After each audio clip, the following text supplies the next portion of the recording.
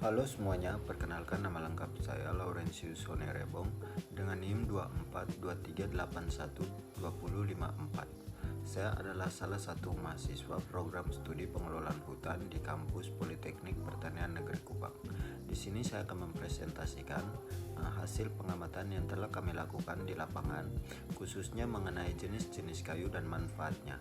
Pada kesempatan ini saya akan menjelaskan metode yang digunakan dalam pengambilan data, yaitu metode pengamatan langsung. Jadi metode yang digunakan dalam kegiatan ini merupakan teknik pengumpulan data dengan cara mengamati secara langsung objek yang diteliti tanpa melalui perantara.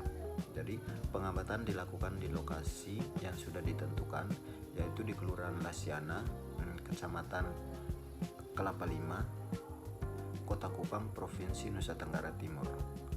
Jadi kami telah melakukan observasi untuk menemukan dan mengidentifikasi berbagai jenis kayu yang tersedia.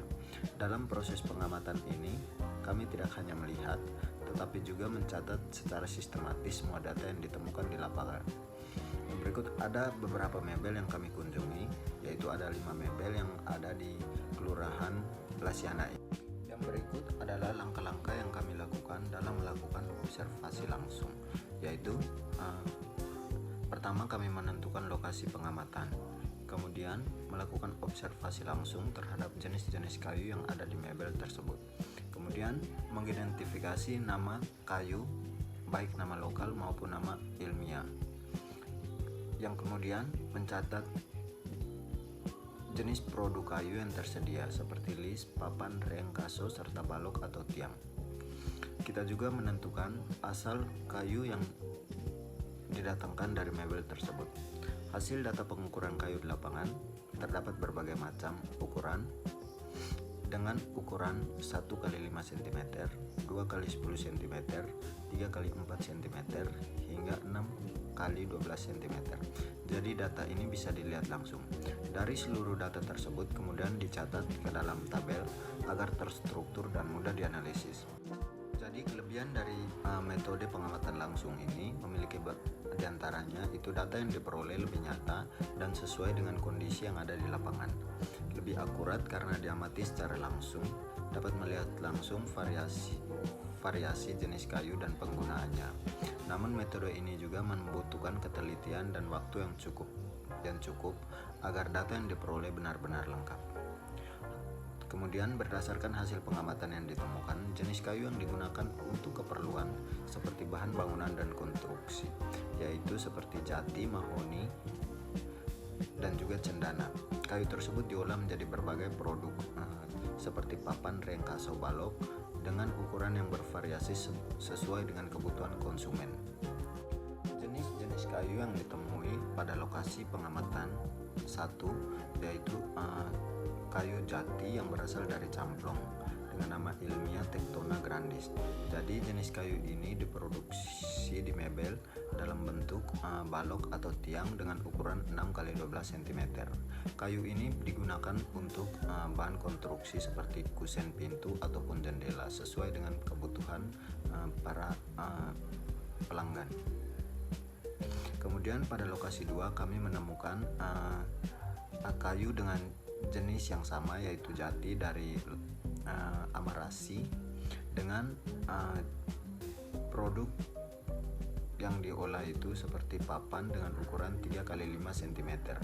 Jadi jenis kayu yang diolah menjadi papan ini akan dibuat meja ataupun kursi sesuai dengan kebutuhan yang ditentukan oleh pelanggan. Kemudian di lokasi ketiga kami menemukan kayu dengan jenis jati dan gemelina. Jadi jenis kayu jati ini diproduksi dalam bentuk papan dengan ukuran 2 x 10 cm. Dan juga kayu gemelina yang diproduksi dalam bentuk balok atau tiang dengan ukuran 6 x 12 cm. Jadi jenis-jenis kayu ini diproduksi sesuai dengan kebutuhan dari pelanggan. Dari kayu-kayu ini diambil dari camplong, yaitu dari Kabupaten Kota Kupang. Untuk yang berikutnya, lokasi keempat yaitu di Yolanda Mebel. Jadi pada mebel ini ditemukan kayu dengan jenis jati dari Kabupaten Kupang. Kayu ini didatangkan dalam bentuk balok dan tiang dan kemudian dipotong dalam bentuk papan dengan ukuran 5 kali 15 cm. Untuk lokasi kelima yaitu ditemukan kayu dengan jenis mahoni dari Kabupaten Kupang. Jadi kayu ini kemudian diolah menjadi dalam bentuk reng dengan ukuran reng dan kaso dengan ukuran 5 kali 5 cm. Jadi jenis-jenis kayu ini didatangkan dari berbagai daerah yang berbeda untuk dapat membuktikan kualitas kayu berdasarkan pengamatan yang dilakukan pada lokasi 5 mebel yang ada di Kota Kupang ini. Ditemukan bahwa mebel-mebel di Kota Kupang masih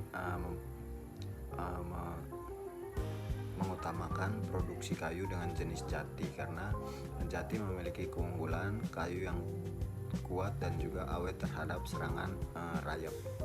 Jadi kayu-kayu ini didatangkan dalam bentuk gelondongan kemudian dipotong dalam berbagai bentuk sesuai dengan kebutuhan pelanggan. Sekian presentasi dari saya. Mohon maaf apabila terdapat kekurangan ataupun salah kata yang telah saya ucapkan. Terima kasih atas perhatian Bapak Ibu dosen dan teman-teman semua. Terima kasih.